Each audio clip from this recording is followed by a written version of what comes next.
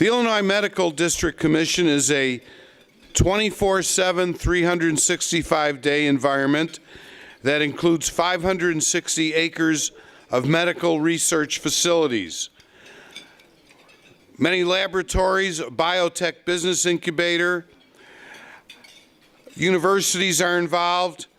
More than 40 healthcare-related facilities are located within the confines of the Illinois Medical Center District. Dr. McKinney will be the moderator today. She has earned her doctorate degree from the University of Illinois at Chicago School of Public Health. You can applaud, that's okay. Don't forget, I'm a former faculty member. You can do anything you want here. Okay. Her Bachelor of Arts in Biology from Brandeis University and a Master of Public Health degree from Benedictine University out there in the west suburbs like Lisle. So ladies and gentlemen, without any further ado, Dr. McKinney, let's give her a big round of applause.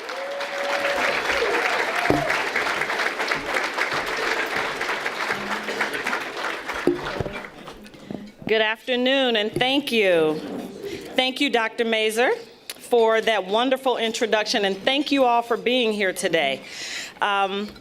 Before I get started, I have so many people that I want to thank, because I have to tell you, after coming off the road last night, I've been on the road for 3 weeks straight. I did not get here on my own. So let me first start by thanking our Board of Commissioners for being here. Commissioner Corey Foster, Commissioner Juan Morado, thank you so much for your continuous support and all of your engagement at the IMD. There is more BGM in this room than I know what to do with, so thank you all, lovely ladies, for being here. I'd also like to thank the Illinois Medical District staff. I have the most fantastic team in the world. They're sitting in the back of the room, so I appreciate all of you for being here.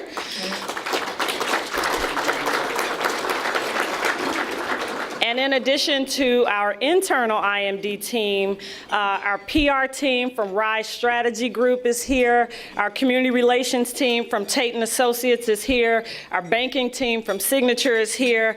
Our real estate team from CBRE is here. And I have more lawyers than I know what to do with. So my general counsel is here, and several of our teams from Reyes Curson, Riley Safer Homes, and Cancilla, Foley and Lardner, and Holland and Knight. Thank you all for being here this afternoon.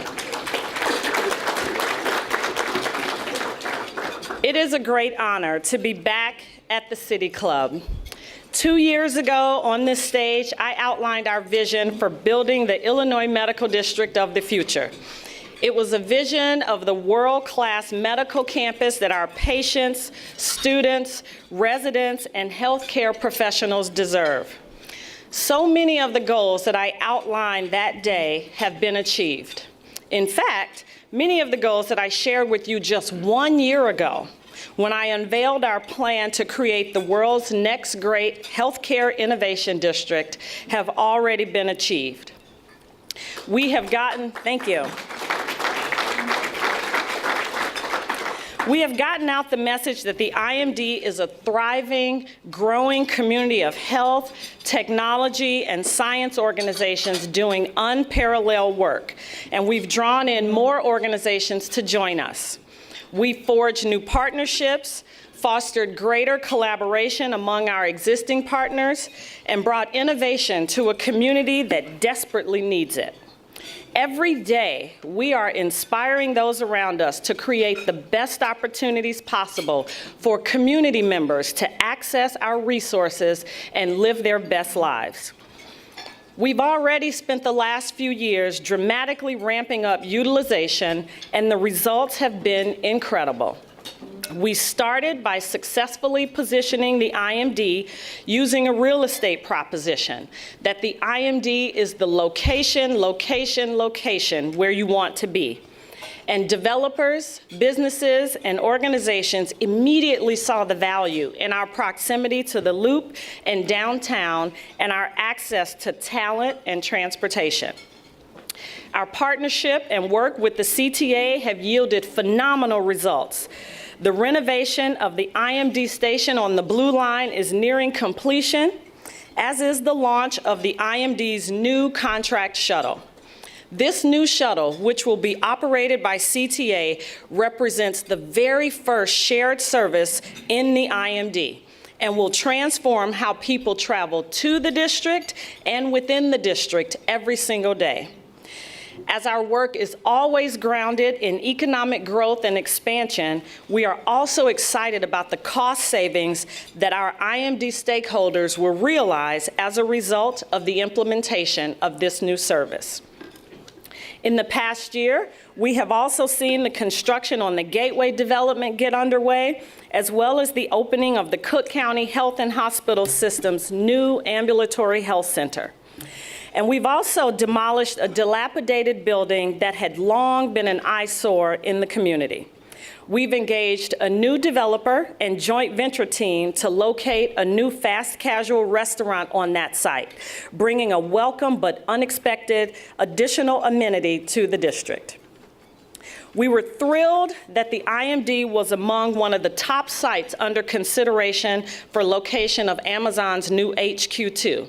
And from today's announcement, it's obvious that we no longer remain a finalist, but our inclusion for consideration speaks volumes about not only how far we have come, but also the realization of where we are today, at the crossroads of where healthcare, technology, placemaking, and economic empowerment all collide. But now, it's time for the next phase of our development, in which we're guided by an even bigger idea. The idea that we're not just an attractive parcel of land or a strategic place for developers to make a mark. We are, above all, a place that aims to heal the sick, and we never lose sight of that. Some of the people in the IMD might heal the sick in a very practical, hands-on way, by seeing patients. Some might have a longer-term approach to healing the sick by working tirelessly in a laboratory, staring through a microscope, and searching for the secrets to diseases that cut lives short every day. And some might take a more abstract but no less meaningful approach to healing by studying the societal and cultural factors that lead one community, but not another, to experience illness in ways that are significantly disparate compared to other communities. In any case, we're all here in this urban environment where we witness some of the most intractable health problems, but also because of the sheer numbers of humanity that surround us, and we have the opportunity to make a tremendous impact. Our environment is teeming with community organizations with deep expertise and a desire to collaborate on solving these problems. That's why we at the IMD see healthcare in a different way than many practitioners do. We see it as a tightly integrated network of health, social, and economic resources that can together transform urban healthcare for good. The IMD is where healthcare intersects with community impact with some compelling results. As you'll see in just a few minutes, the IMD has partnered with a diverse range of organizations and business in pursuit of our common mission. We've brought a couple of them here today. There's Rush University Medical Center and Westside United, an initiative started by Rush that is working to address the life expectancy gap between the Loop and Chicago's West Side. Today, a resident of the Loop has a life expectancy of about 85 years. But in West Garfield Park, just a few miles away, that number drops to 69. That's a shocking disparity, and it's going to take time to close it. But this is exactly the kind of visionary, world-changing work that happens every day in the IMD. Even organizations that aren't directly related to health understand what the IMD offers to Chicago and the world. We've been working closely with World Business Chicago to get connected to businesses that can help power the IMD and make sure that we're lifting up other Chicago businesses and building a healthier, more prosperous Chicago economy for everyone.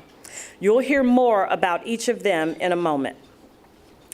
Many of you have heard me repeatedly state my mantra to make no small plans. That said, you won't be surprised that future plans for the IMD are bigger and bolder than anything we've done in the past. As we seek to make the district a better place for people who live, work, learn, and will soon play there, we're also exploring infrastructure and technology improvements that will advance the user experience in every way imaginable. We've come to understand that cities across the world are now forced to evolve and adapt their existing infrastructure and services to accommodate the accelerated growth in population and connected technologies. In general, cities across the country are recognizing their infrastructure and services are singular and static with limited or no scalability, causing difficulties with both the management of current issues and with resolving future requirements without becoming connected and intelligent. As a result of this discovery, the IMD is rethinking technology and services and challenging our district to become smart. Our smart district, similar to a smart city, will be the first of its kind in the country that connects residents, technology, and city services to ensure both the public and private sector are more efficient, more effective, and more responsive to citizen needs. This work will create a visible impact that is measured by people through citizen engagement, transformed infrastructure, and improved services. It will lead to some big changes in the way that we operate and in the lives of the people we serve. We'll use predictive analytics to make smarter decisions, which will improve the way we manage the entire organization.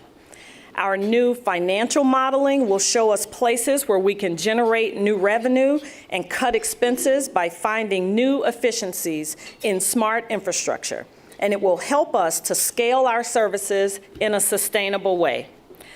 Finally, we'll be able to offer services that enhance quality of life in the IMD, like more public Wi-Fi, digital kiosks, a 5G mobile network, and intelligent lighting. We've started envisioning what it looks like to become a smart district, and we will release our full strategy in the first quarter of 2019. So as you can see, our vision for the IMD has always been driven by our desire to change the world, the city, and the neighborhood down to the block. We're thrilled to have found partners who see their work in the same way and share our grand vision for working together to transform the future of urban healthcare. I've invited two of our partners to join me today, and at this time, I'd like to ask Andy Zopp, President and CEO of World Business Chicago, and Michael Dandorf, President of the Rush System and Rush University Medical Center, to join me on stage.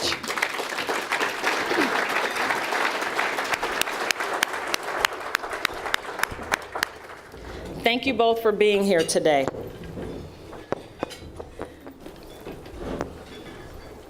So, Andy, as you get situated, I'd like to ask you to share with our audience today some of the work that World Business Chicago and the IMD have been collaborating on and the importance of how this work is impacting the community.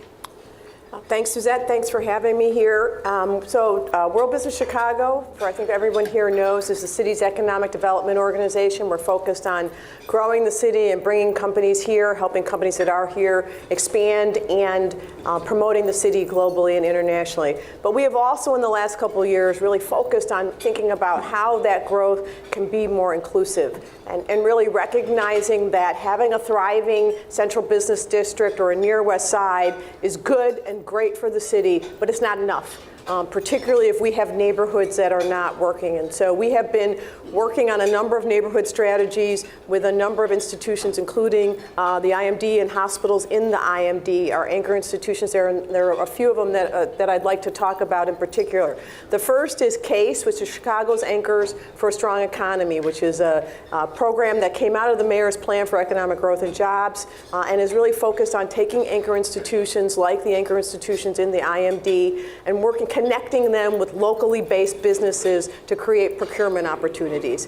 We've been very successful with that. We have 17 anchors, including the core members of West Side United in the IMD, who are working with us to connect local businesses to their procurement opportunities. The second thing that we're working on is the Evergreen Laundry Cooperative. So we're working with a number of anchor institutions, particularly Rush and Advocate Hospital, who've been taking a lead to build a laundry cooperative, to take all that laundry that hospitals have and put them, do a employee-owned business that will build on the West Side and run it out of the West Side to create jobs, entrepreneurship, education, and really take that core business and bring it right, those dollars that are being spent elsewhere, bring them right back into the West Side. That is a program, actually the Evergreen program came out of Cleveland that's being run there now, and with one hospital supplying the laundry there. They have over 200 employees in their laundry. We're going to have, right now, we have 5 hospitals that have committed to participate in this laundry. So we're really excited about the job opportunities. We hope to have that up and running in 2020. And we're working on the business plan now. And the third program is something called MAP, which is a program where we are taking entry-level employees at 5 of our anchor institutions, including Rush, and connecting them. So here's the problem. So we have a lot of hospitals have a lot of entry-level employees, hourly employees. They come in, they clean, they cook, but they don't have pathways into salaried jobs. And what does that mean? That means they're stuck in hourly wage jobs with no real thought about how do I get out of this to really rebuild, start building the middle class. And if we don't think about how we create middle class job opportunities for individuals living in neighborhoods like the IMD and around the IMD on the West Side, then it's really hard for us to really fulfill our goal when we're rebuilding neighborhoods. And so we spent some time talking to our anchor institutions and thought through how do you create pathways for your employees. So we have a pilot that we're running this year. We had over 300 people apply to participate in this pilot, hourly wage plan. So we have 30 people from 5 different hospitals we are paying for them to go to Malcolm X to get their medical technician training. They also get wraparound support services.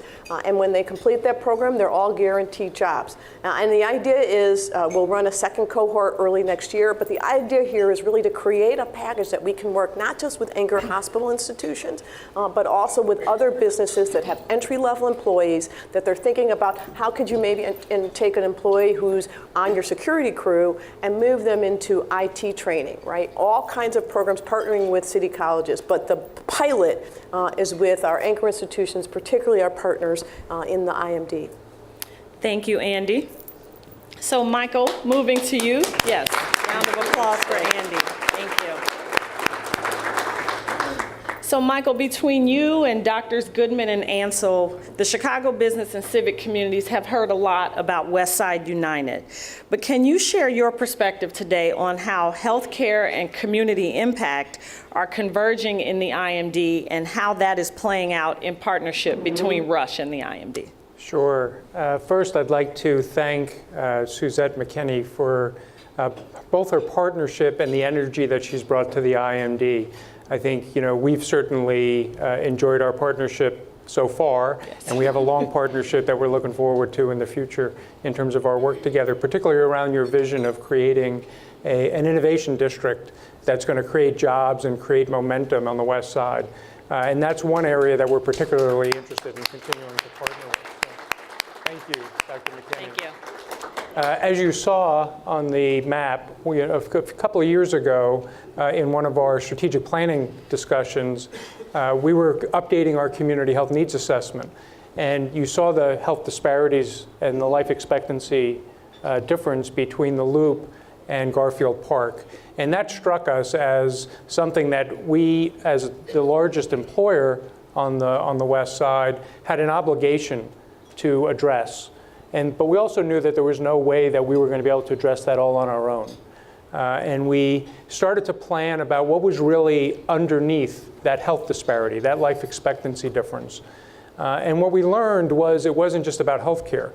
And there's some great healthcare institutions on the West Side that are committed to providing access and services on the West Side. But what we really learned were there were social determinant issues. There were environmental issues, food deserts, and access to healthy food locations.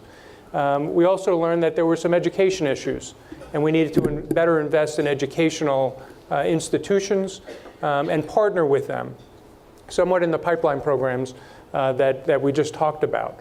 How do we take students from high school and elementary school through high school and college and create a career for them on the West Side and provide opportunities for that as well. And we also know that the leading indicator from a health disparity perspective is poverty line. And so economic development becomes critical if we're going to close that life expectancy gap. So we set a goal that by 2030, we will reduce that life expectancy gap in half. And that was a commitment by West Side United, which many of you have heard about, which is really a collaboration of over 100 companies and institutions right now, all focused on the same thing. How do we improve the environment on the West Side? How do we create more jobs? How do we develop further those on the West Side, which is going to create an incredible amount of opportunity for public-private partnerships and collaboration in the Illinois Medical District and beyond, but really to think of ourselves as a catalyst of that economic development and pipeline. And I'll use a couple of examples. We have committed as part of a West Side Anchor Collaborative of other institutions, the IMD, Stroger, Loretto Hospital, University of Illinois, and others. Presence, Lori is involved in that as well, to hire from the West Side, and not only hire entry-level jobs from the West Side, but give developmental opportunities for those individuals to create a career. We've also committed to purchase and turn to the West Side for purchasing opportunities overall. The laundry service may be one, construction's another one. How do we hire and create opportunities for internships and apprenticeships, and working with our partners in the construction industry to make sure that we're creating opportunities for people to create careers in the construction field. But we've also, as part of that pipeline program, I'll use an example of our Chief Information Officer, who developed a program with Epic, which is our electronic health record. And they have now certified about 30 students from the West Side that are now Epic certified. These are students in high school that are going to come out of high school with the opportunity to create $60,000 a year careers as a start coming out of high school.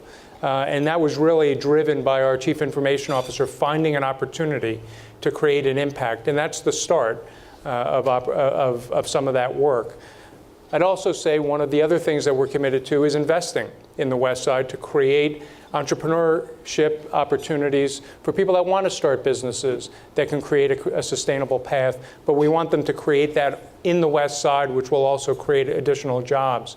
So we've committed to invest between $2 and $2.5 million a year in entrepreneurship opportunities in investment on the West Side. And we know not every institution that is part of that anchor community and collaborative will be able to do that, but we really wanted to be out there leading with that, and in large part due to the partnership with Dr. McKinney and the IMD. Thank you, Michael. Thank you.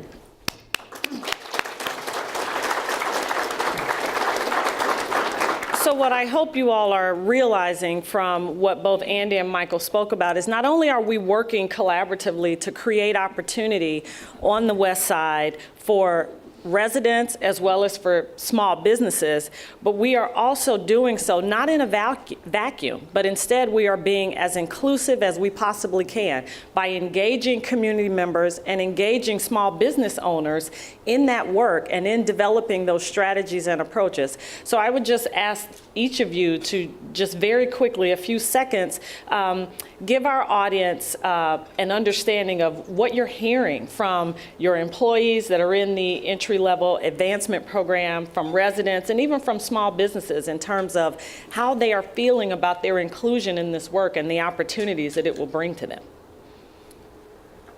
So I'll start.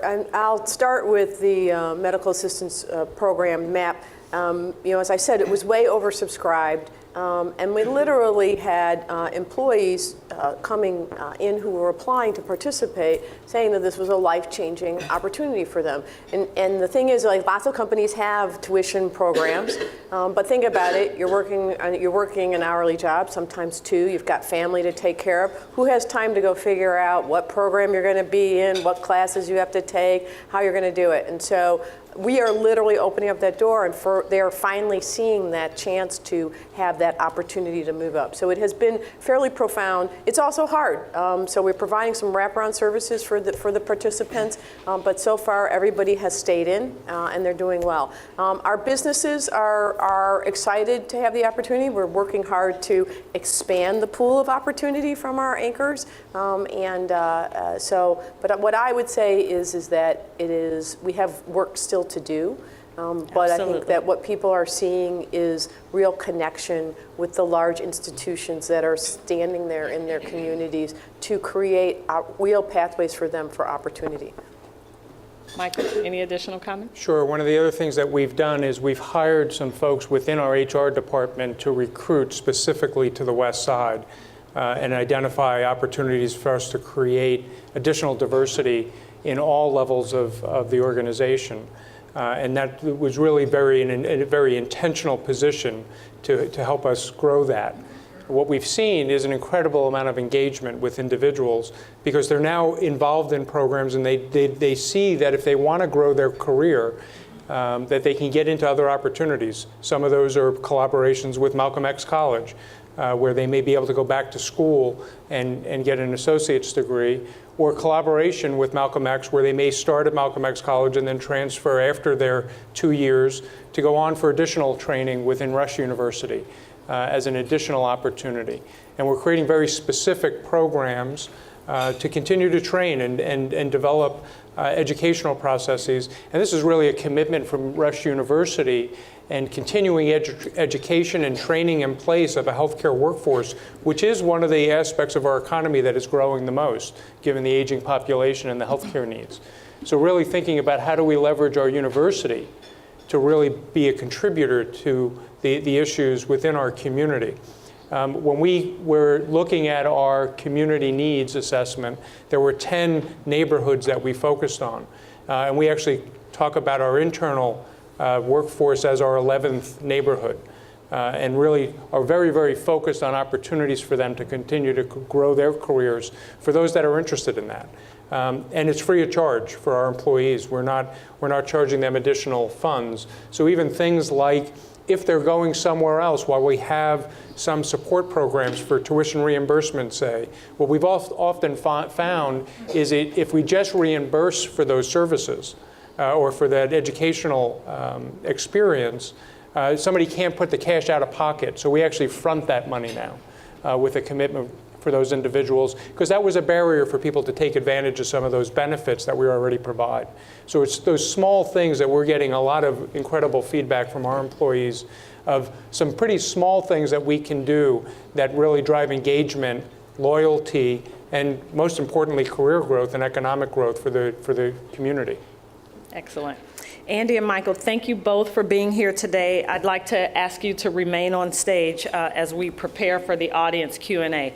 But I just glanced down at my notes and realized I would be remiss if I did not also mention the great folks at ComEd for their partnership as well in the IMD.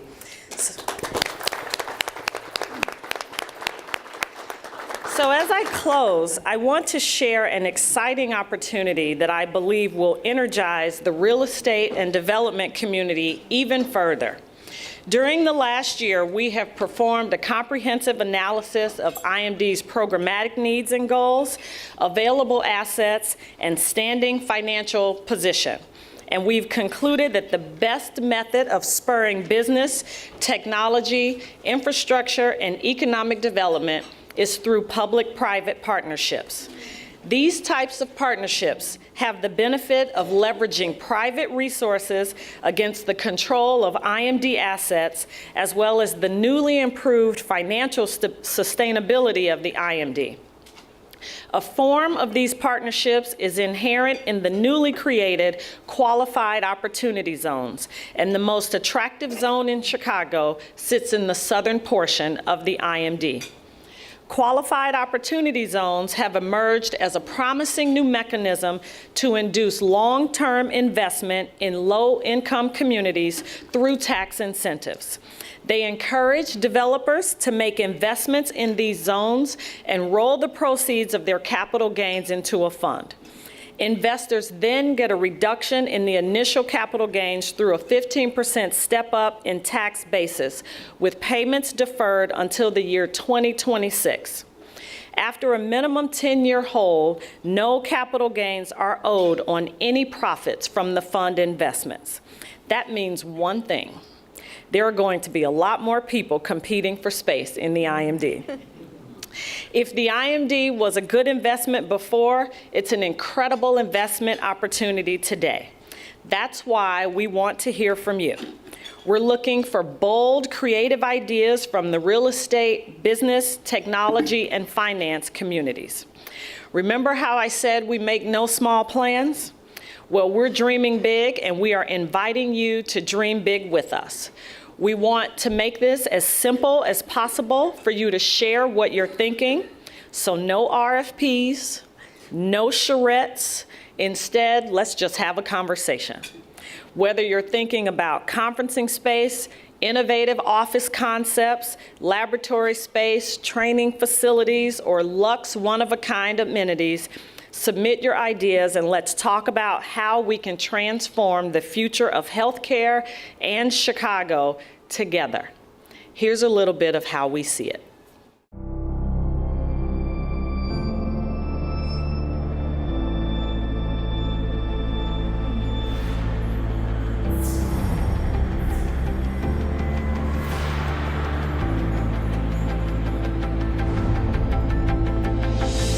For nearly 200 years, Chicago has inspired great minds to make no small plans.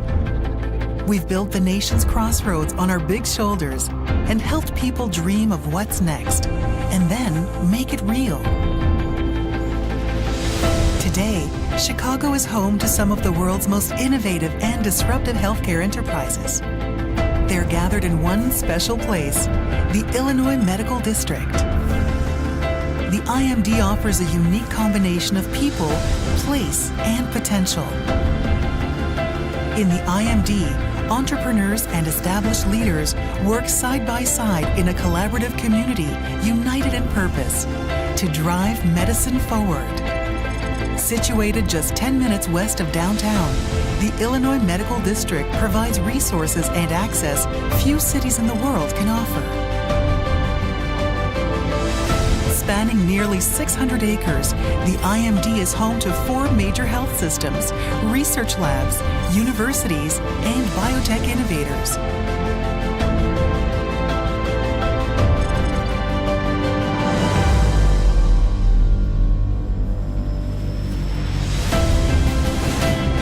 Our 24/7 environment is easy to access by car, air, and public transit, making it convenient for those who work, live, and spend time in the IMD.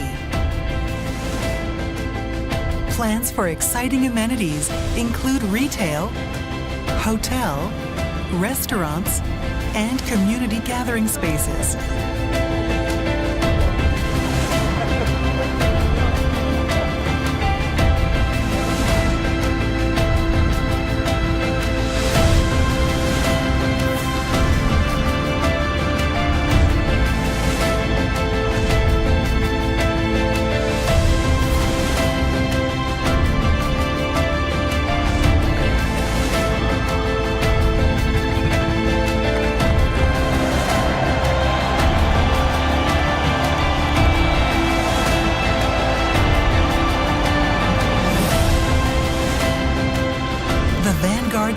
that gave Chicago its start continues today in the Illinois Medical District, where the next generation of visionaries is reshaping the practice of medicine and changing the world.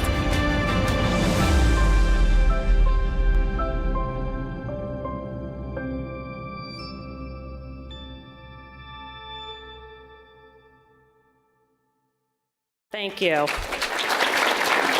And I'm excited to answer any questions you may have.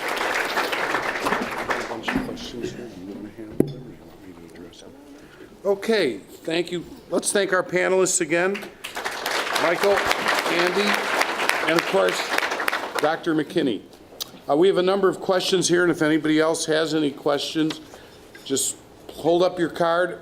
Members of our staff will come around and pick them up. Okay. First question from Terry Nugent, City Club member, with Medical Marketing Services, Inc. Please tell us about the district's Biotech Incubator.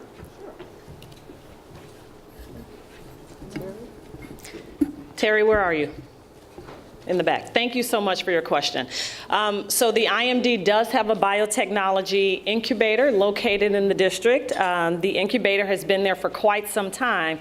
In fact, the company that we now know as Amgen actually incubated in the Illinois Medical District. However, once they completed that incubation phase, we did not have all of the amenities that we needed to be able to keep them there. So that's part of the reason why development of so many amenities is a part of our most recent strategic vision and strategy. So our goal around the incubator is to revitalize that incubator, but then also to implement some of the learning that we've done in visiting other incubators and technology and innovation centers. Michael has actually been on one of those visits with me, and create some new energy around that incubator. So stay tuned. I continuously poke our friends over at Matter, so they know I'm coming for them. Okay, thank you, and thank you for that very good question. This is from City Club member Trevor Peterson. Trevor, where are you? Over here on the left. He's with the Chicago Children's Advocacy Center. What's the, pardon me? They're an IMD stakeholder. An IMD stakeholder, great. What's the highest priority for the IMD during the next year? The one or two things that'll likely be getting the most attention. Thank you, Trevor. I think that's a great question. But I also think that the work that we do in the medical district, there are so many people in the communities, in the neighborhoods that are dependent on the work that we do. And because of that, I don't think we have the luxury of selecting one priority or two priorities. As our IMD staff can tell you, I want to do everything. I want to do everything, and I want to do everything now. So as much as I can, that's my goal. Okay, and you don't have to answer all these questions. If you want to pass any along to our colleagues, that's fine. This is from Samuel Hampton, City Club member. He's with the Anti-Cruelty Society. Samuel, where are you? In the back. Over there, great. With the development that is occurring in the district, has there been consideration for affordable housing in the area? The short answer is yes, there have. So I mentioned the Cook County Health and Hospital System has completed their new ambulatory health center.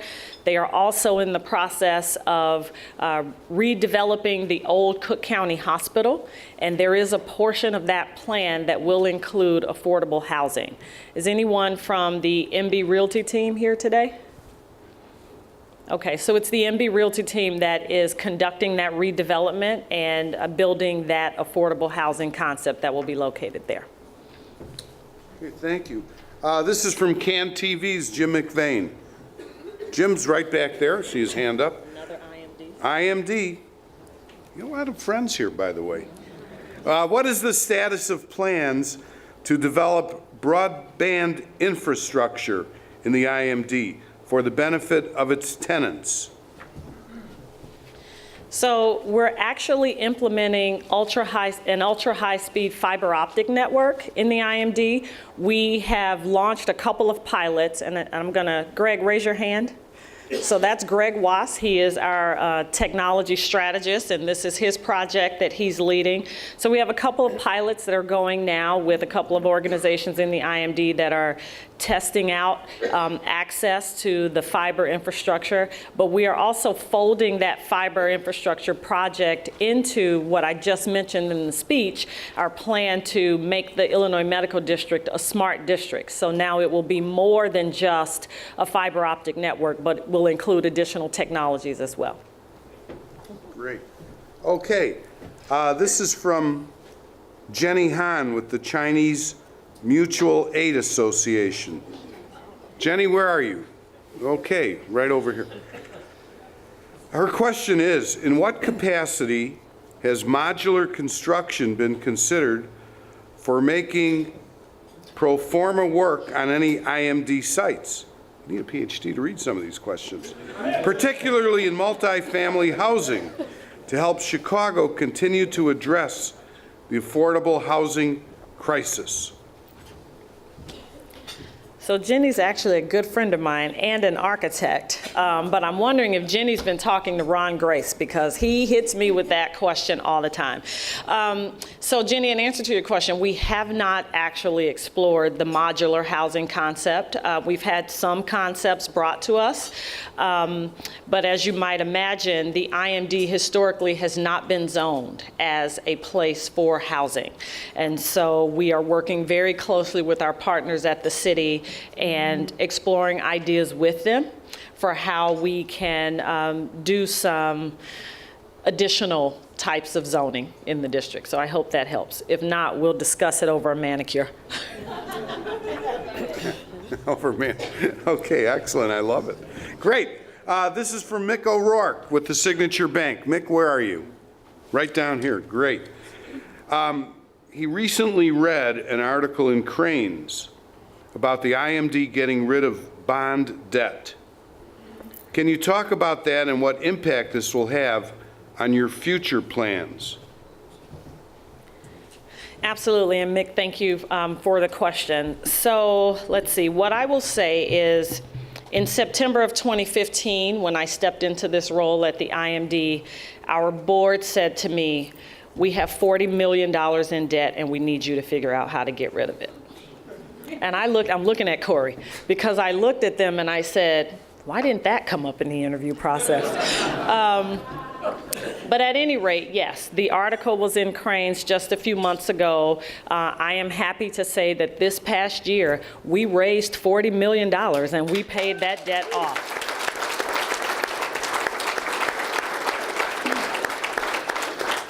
What that means is that the IMD is now virtually debt-free, and it positions us much better to be able to participate in the development that's happening in the area, as well as engaging in the public-private partnerships that we're now seeking to do. Thank you. Great. Great answer, great question. And by the way, your City Club of Chicago, we sponsor Chicago Tonight on Monday evenings. So make sure you watch Monday evenings in addition to all of the other evenings. This is from Nicole Johnson.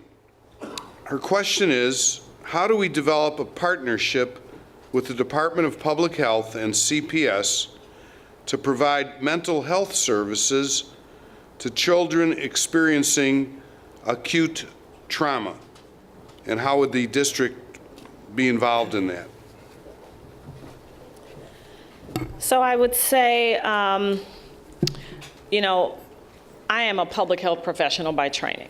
I think some of the most challenging issues that we see in society today, including the need for greater mental health services, are not the responsibility of one department or one field of study or one discipline, but instead my belief is that we need to take a systems approach. And In full disclosure, I worked for the Chicago Department of Public Health for 13 and a half glorious years, and I am a product of CPS. But you know, in the public sector, we all experience a number of issues, funding issues and other issues that don't always make it possible for us to address all of the issues that need to be addressed singularly. So one of the entities that we work with in the medical district is Thresholds, which is a community-based organization that provides mental health services. So in my opinion, it's really a systems approach that we need to take, and not just putting the responsibility on the health department or on CPS or any one particular institution, but rather bringing multiple institutions, and inclusive of the private sector and the social justice system and the criminal justice system, because these types of chronic issues require a multidisciplinary approach. Okay, thank you very much. Some really good questions today. This is from Katanya Raby, who's with CMAP. Katanya, where are you? Over here. Okay, great. Do you see more work being done in the IMD as something that is replicable? For instance, can the same level of collaboration and innovation be done on the south side within the Roseland Medical District? Mm-hmm. So I just asked Andy if I could ask her to... Point your question to me? Sure, fine. That's teamwork. Just like when they get hard, she's like, no.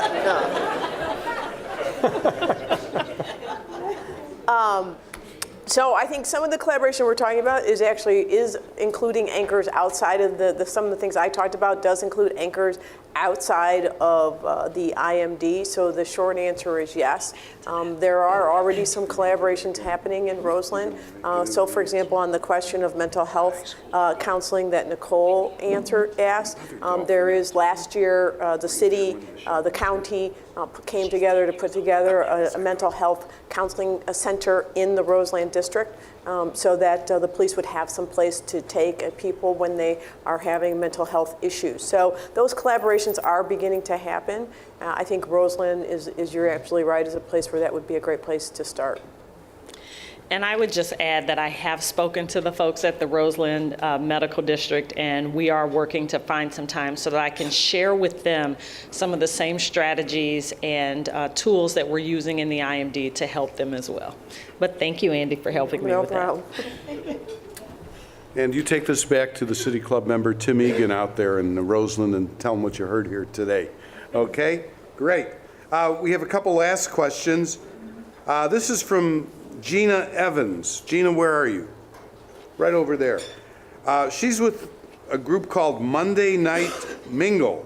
Boy, I'd like to learn more about that one. Her question is, sounds like a great group, I'll tell you that. How will your plans help people of color on the West Side in the coming years? That's a great question. I mean, I think both Andy and Michael spoke to that, but what I will tell you is that our goal is to put people to work. To put people to work, not just in jobs that are temporary or might have a short-term impact, but we are looking to put people to work in jobs that are long-term, sustainable, permanent jobs. We're also looking to give people the level of education that they need to have so that they have the opportunity to progress within the organizations where they work. And I think the Evergreen Collaborative that Andy spoke about is also designed to give people the opportunity to build wealth for themselves. I am a fellow this year in Leadership Greater Chicago, and I saw at least one of my LGC colleagues here, and I've said in every session that we've had. This narrative about the South Side and the West Side being the poorer areas of the city, that's been the narrative my entire life. And so now that I am working at an organization where I have a platform to make a difference as a native South Sider and someone who went to school on the West Side, it is my obligation to do so. And so I am fully committed to seeing that through. And in case anybody's wondering where Dr. McKinney went to school on the West Side, she's a graduate of that famous Whitney Young Magnet High School. Final question. This is from Hugh Williams with MK Asset Management. Talk about a broad question. What does the IMD want to be? Yeah, I think I said that. We want to be the world's next greatest healthcare and technology innovation district. We want the IMD to be a place where people want to be, where they want to come to live, work, play, learn, and do the other things that enhance their lives and the quality of their lives. And we want the IMD to be a place that is inclusive and creates opportunity for everyone there. Thank you. Folks, let's give Dr. McKinney, Andy Zopp, and Mike Deardoff a big round of applause.